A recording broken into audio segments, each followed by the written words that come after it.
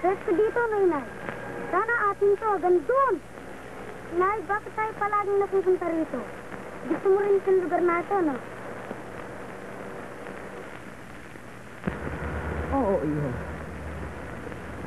Alam mo, Nay, paglaki ko, bibiling ko yung lugar na yan. Lahat dyan, hanggang doon, bibiling ko. Bibilin mo? Oo!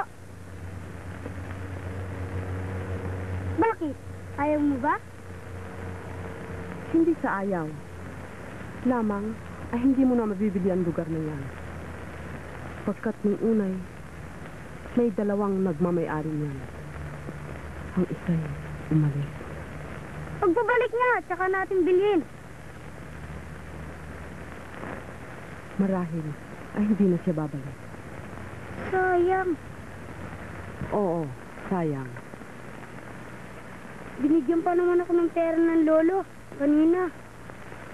Nakakaipon na sana ako. Bye, Nay. Tinatanong ng lolo kung meron ka raw pinakausap na tao dito. Kung meron ka raw nakikitang tao. Eh, anong sabi mo? Sabi ko meron, miski wala, niloloko ko siya. Ikaw naman, wala ka nang niloloko kundi ang lolo mo. Hindi bale, mahal ko naman siya. Teka, anong sabi ng lolo mo tungkol sa lalaking nakikita ko? Tinatanong nga itsura eh. Oh, ang sabi mo? Sabi ko mataas, malaki, magandang lalaki.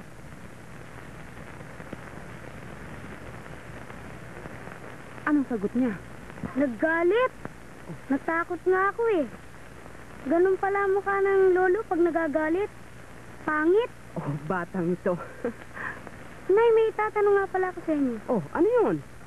Talaga bang tatay niyo, lolo? Oo, bakit? Pangit, hindi niyo kamukha? Abay, paano? Nagmana ako sa lola mo. Maganda yung lola mo. Hindi mo na inabutan. Ako naman, sino ang kamukha ko?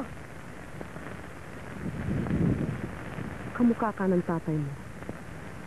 Patay na siya, no? Oo, patay na.